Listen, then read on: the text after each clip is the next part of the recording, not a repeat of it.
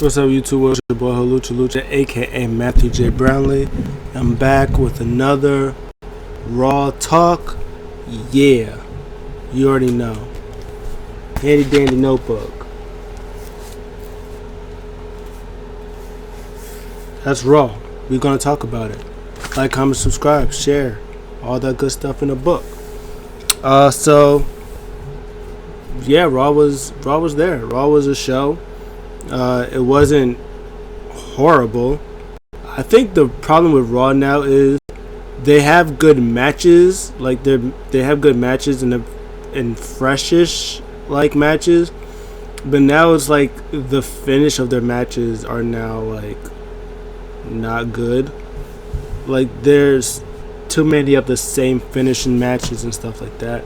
We don't get enough results because WWE is mostly in the mindset they want to protect everybody until they can't. So they pretty much did that. They even did it with Mansoor and Ali, where Ali faked being injured and got a roll-up surprise win on Mansoor. Lucha House Party got a roll-up surprise win on T-Bar and Mace. Riddle got a roll-up surprise win on AJ Styles. Drew McIntyre wins by disqualification. Ricochet and Morrison wins by countout. It's like, seriously? I don't know. It's really, I don't know. But the matches themselves are good. They're having solid wrestling matches. Their matches like, okay, I can get into this. I guess they're just probably saving it for like the right time to do it. Like they said that they're planning on doing Drew versus Jinder at SummerSlam, so they'll probably have a decisive winner, Drew McIntyre, at SummerSlam. Or they might have Jinder Mahal win. You don't never know because, you know, of course, Jinder Mahal beat Randy Orton for the WWE Championship, so sky's the limit for Jinder, honestly. I know they're doing stuff with AJ Styles and Viking Raiders, and they're going to have a title match in 2 weeks, and they're going to have respective one-on-one matches. Omos is going to have his first one-on-one match next week. Ali is trying to teach Mansoor things, always take shortcuts and things like that. So I guess there's reasons, for them, but it's just like, just don't do it all the time. Like, they're doing it all the time. Roll up, devastate. It's like the most devastating move in wrestling, or at least in WWE, is the roll up. Surprise roll up. Oh, we hit him with the surprise roll up. Nobody kicks out of that. Shane has been losing to the surprise roll up for like months and months. But yeah, we're just gonna hop right into this. I guess we could start from the beginning. The good, well, I don't want to say the good stuff, but this was okay. They all go out for Miss TV for Money in the Bank qualifiers. Matt Riddle comes out last. I guess they were talking, and I guess they tried to invite him, but he didn't come, so he came on his own pace. He comes riding down. He starts climbing the ladder. Miz is like, dude, what are you doing? It's like, you came late. Drew McIntyre's having himself a ball. He's up there waving at Riddle. He was like, why are you up there? And he was like, oh, I thought this is how all Money in the Bank things start. You know, he's talking about like a couple of years ago when everybody went on top of the ladders and they talked at Money in the Bank. And he was the only one up there. He goes, I'm really high. Which is funny because he was saying he was really high. It's a double entendre. He's really high on top of the ladder, but also he's a stoner and he's really high. Hilarious. But then he says he's a tad bit sad because he lost the opportunity for Randy Orton, but he's going to make it up to him by winning Money in the Bank for him. AJ Styles comes out there, says, hey, only reason why I wasn't even pinned. The only reason why I'm not in it is because of him trying to do this stuff for Randy Orton. He doesn't even like you like that. He goes, yes, he does. He's my best friend. And he keeps calling AJ Skipper because of the whole Survivor Series thing. He called him Skipper because he was like the captain and stuff like that. Keeps telling Omos to give him a pound. almost like pushes the ladder. He falls off of it. There's like a brawl thing, and instead of doing a 6-man tag match that they normally do, they stick to the one-on-one match with Ricochet and John Morrison, which is good stuff. And this match was great because Ricochet and John Morrison are great. They do great things together when they're in the ring. I like this week. He tries to use the wheelchair again. He tries to go for like a flippy thing, like a flip into a hurricanrana. But this time John Morrison catches him and he like tosses him on the barricade. They do some cool flip spots. John Morrison's really good at like using his like martial arts and stuff to like get into offense and stuff like that. So like fake him out. He'll do like some slick reversal that nobody ever does. Like they'll probably do like a regular reversal. He'll do some slick slide reversal. So that's always good stuff. In the end though, they're doing Ricochet is on top and he's about to do a thing to Morrison. Morrison like kind of catches him and slams him, and Morrison's going towards the ring, and then the Miz is like rolling his wheelchair, and every time Ricochet tries to go back and forth, he's like Miz is doing it with him, so he got the count out victory for John Morrison. So that was clever. Another clever way to give us another match next week will be Falls Count anywhere, which will be good stuff because we like all of those. Falls Count Anywhere, Ricochet and John Morrison. Yeah, give me that. So speaking of, I guess we'll just get this out the way. AJ Styles had a match with Riddle. Again, Riddle is selling his foot injury. Even on his entrance, he can't do his like kickflip thing because his foot hurts. AJ Styles is laughing at him. He just like takes his slipper. He's like flicking it at AJ Styles and stuff. That was hilarious. AJ Styles is really good at wrestling. I don't care what anybody says. AJ Styles is still the best wrestler in the world. It is what it is. Just because he went to WWE, he doesn't do all the stuff that he does now or he used to do and all that. He's still AJ Styles, and he's still the best wrestler in the world. Fight me. AJ Styles is really good at working a body part, an injured body part, and making it really, really look like it really, really hurt. Smooth as silk is AJ Styles. He'd try to kick him, and he would like move out the way, tear his leg down. Just AJ Styles is so good. And perfect opponent for AJ Styles is Matt Riddle, who is like the master of really selling, sometimes overselling his injury. His foot's been injured. Really good at selling his foot injury, being in pain, and try to come from behind and get a win, whether he wins or loses. Matt Riddle did a draping DDT. Shout out to Randy Orton. He went to go for a floating bro. AJ moves out the way, goes after the leg, arm part again. He goes for that area. Viking Raiders are there. First, I think is Ivar, and I think the other one, Eric. They're there. They distract Omos, and then Matt Riddle gets the roll up pin for the 1-2-3. He wins. Again, good match. Roll up. Speaking of roll ups. Mansoor versus Ali. This was again fit the lesson of what Ali's been trying to teach Mansoor for weeks and weeks. Don't trust anybody. Don't turn your back on anybody. Be aggressive. Take corners. Cut corners if you can. Mansoor last week with Ali got tossed out because he told him not to turn his back on anybody, and then he turns his back on Ali, and Ali teaches him a lesson, tosses him out. It's like, what did I literally just say? I literally just say, don't turn your back on anybody. This week, he does. Mansoor is trying to be, he has him on the turnbuckle, and clean break.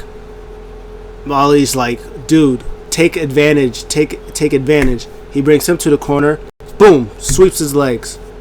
take advantage, cut every corner you can do.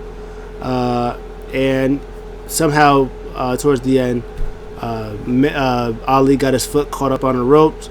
He's in pain. Mansoor, caring too much, helps the ref, gets his foot off of him. Ali's like, my foot. He tries to go in there. Boom, roll up. 1, 2, 3. Ali wins. Ali says it again. Take advantage. Cut corners. You can't blame anybody but yourself. You're 0-2 out here in the streets because you're 1-2, I guess technically, because you did beat Drew Gulak, but everybody out in the streets beating Drew Gulak. But yeah, that was a lesson learned for Mansoor. Speaking of lessons learned, next up we learned that Charlotte and Rhea are really bad at faking injuries. Charlotte comes out. She says that her ankle body hurts because Rhea attacked her. She's like, of course she would. I'm the best wrestler in the world. If I was somebody else and I wasn't me, I'd do the same thing. Because she knows she can't beat me. I'm the best. Woo! I'm injured. My leg. And then this is my brutality. And then Rhea comes up. She does the whole thing on a crutch, which was actually kind of impressive that she did that with one crutch on her foot. That was kind of impressive. She hobbles down there. She's like, she pretty much just said, you're faking just like I'm faking. And they both kick each other's crutch. And they're like, then Charlotte takes her heels off. She's like, you're learning. See, you're learning. You're finally learning. And then they get the crutch. They start swinging it. They start doing swordfish with it. Charlotte gets the upper hand on Rhea. She tries to swing at her. She ducks out the way. She gets her. She slaps it out. Then she hits her in the gut with the crutch. And that was the segment. Yup. That was disappointing. Speaking of disappointing, R-Truth and Jackson Riker versus Elias and Cedric Alexander. Woo! That was rough. First of all, 24/7 people come. R-Truth went to roll up to Zawa. Zawa kicks out. The rest of the crew, people come out. They chase him, and then R-Truth chases them. Leaves Jackson Riker, and then Jackson Riker beats up Seti for a little bit, and then Jackson Riker tells Elias to tag in, and then he doesn't tag in, and then Jackson Riker and Cedric Alexander are both looking at Elias like, why are you not tagging in? You're a coward. And then Jackson Riker hits Cedric with a sidewalk slam for the win.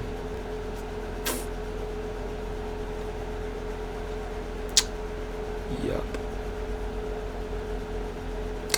Anyways, next up, speaking of disappointment,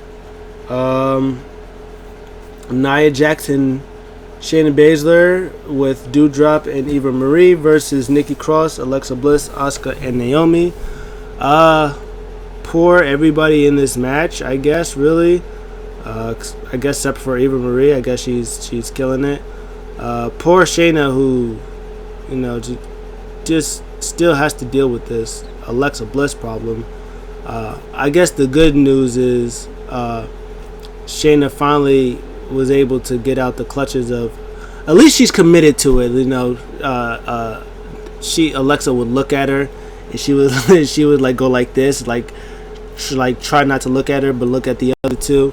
She noticed that Reginald was getting like sidetracked, and she went over, took her off the thing, and like slammed her. So that was the best offense she's gotten on Alexa Bliss or anybody in a long time. So good for that. Doudrop is out here. At least she's in the winner's circle.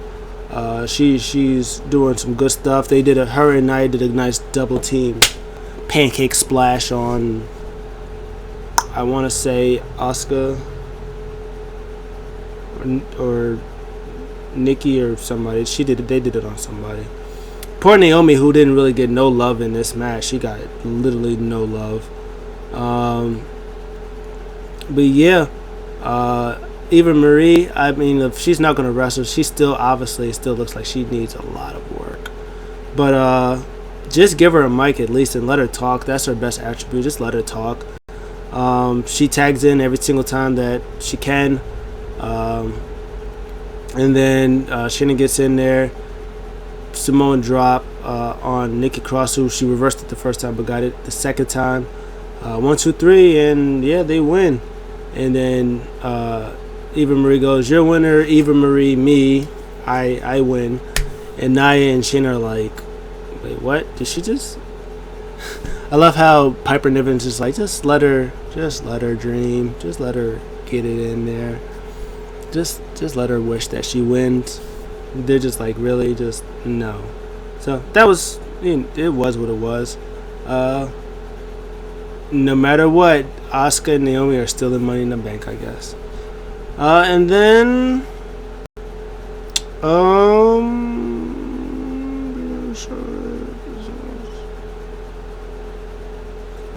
Lucha House Party had a match with Mason T-Bar. It's good that they're throwing more tag teams in there. I'm glad. Lucha House Party won. It wasn't a long match, but the stuff that they got to do, that Dio Madden and Dijak are very, very good. Especially Dijak, he's fantastic. He keeps up with the smaller guys.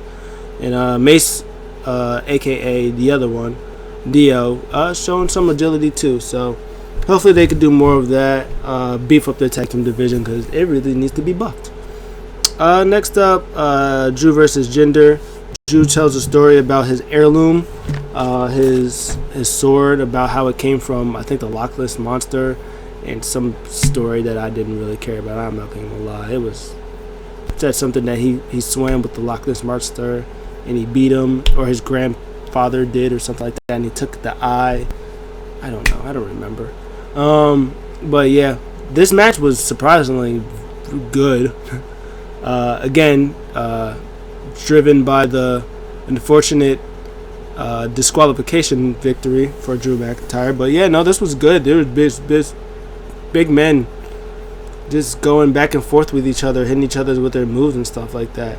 Jinder got a lot of offense in there. Drew sold for him like Drew knows how to do very, very well. But Drew gotta get his stuff in. Give me the Glasgow kiss.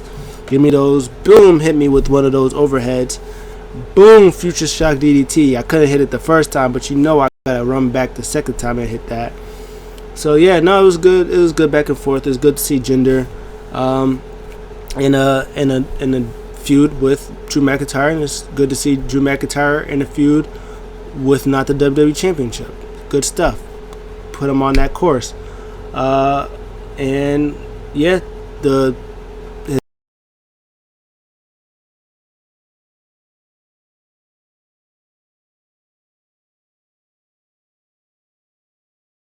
Mahal lays out Drew, and then he takes his sword to say, "You take something from me, you take my opportunity from me, I take something that belongs to you." So yeah, Drew's gonna get it back at SummerSlam or whenever. But I guess at least it's going to SummerSlam, which is good stuff. Jinder's gonna cost them, and maybe it might go past SummerSlam. If Jinder wins at SummerSlam, it's gonna go on a little bit longer because Drew's getting that W back. But if it ends at SummerSlam with Drew winning, then hey, at least we got something. Finally, main event, New Day versus the Hurt Business. New Day cut a promo before, pretty much just talked about Bobby being off his game. He's not the almighty anymore, pretty much. Rags MVP dragged him. All the false claims he's been making. And yeah, they had the match. It was a good match. Tag team of the century, I guess, for New Day in WWE. The best tag team in WWE. I don't want to hear nothing about it. WWE, New Day, even though I don't agree, can be considered the best tag team in WWE. They said that they run circles around Hurt Business. This is what they do, and it is exactly what they do. They're tag team specialists and 11-time tag team champions. It's just what they do. And in the interview, he got a breeze. He got a breeze shout out in there. He got to talk about breeze. He got a breezy shout out, which is good stuff. Yeah, this match was good. MVP and Xavier Woods started off. Xavier Woods shows why he's so good. So good. He's so good. So underrated. He got to wrestle in there with Bobby and with MVP. Kofi Kingston showing how good he is and that he actually has a chance against Bobby Lashley, even though he does not. Nice stampede on MVP, working on that leg bone that's been injured for like 6 months or whatever, however long it was. Of course, Bobby Lashley. This is just like the Raquel and Dakota Kai type storyline. Every time Raquel's in there, she dominates. Every time Dakota's in there, she gets beat up. Every time Bobby Lashley's in there, he dominates. Every time MVP's in there, he gets beat up. It's just the way it is. He does his balling thing, they do it like a one double team move. I think it was like a boot and like a spine buster or something like that on Kofi Kingston. He tosses Woods out the ring because he interrupted it, tags back in, and then Kofi hits Bobby Lashley with the Trouble in Paradise. Xavier Woods runs out, boom, hits him with like a diving clothesline. MVP about to go for the playmaker on Kofi Kingston, reverse, hit him with that Trouble in Paradise for the 1-2-3. This is the only clean win I think that happened during the whole show. Only clean win on the whole show. Good stuff. No complaints. When I say clean win, I mean no roll-ups, no surprise roll. This was an actual finish. 1-2-3. Good stuff from them. MVP was livid at, or Bobby Lashley was livid at MVP. He was mad. MVP said, my fault. I'm sorry. He got him up. Hey, sometimes you gotta know when to hold them. Know when to fold them, baby. Okay, anyways. That was the show. That was Raw. Like I said, good matches, just endings that were all pretty much the same. I would give the show an 8 out of 10, honestly. Again, the matches themselves, there was nothing wrong with the matches themselves. They just switch up the endings, like actual endings. Like, give us some decisive victories.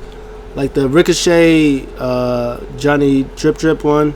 No, that one's fine because, it's story build. Last time it was double count out, made sense. This time makes sense. And then the next week is going to be false count anyways. Makes sense. Ali Mansoor, that sort of made sense because he's trying to teach him when any means necessary. So that makes sense. But then he did it again with Lucha House Party and T-Bar and Mace. He did it again with Riddle and AJ Styles. Just less of it. But that's it. That's all I got. What you guys think? Did you like it? Did you not like it? Did you not even watch it? Let me know in the comments below. I'll see you guys in the next one.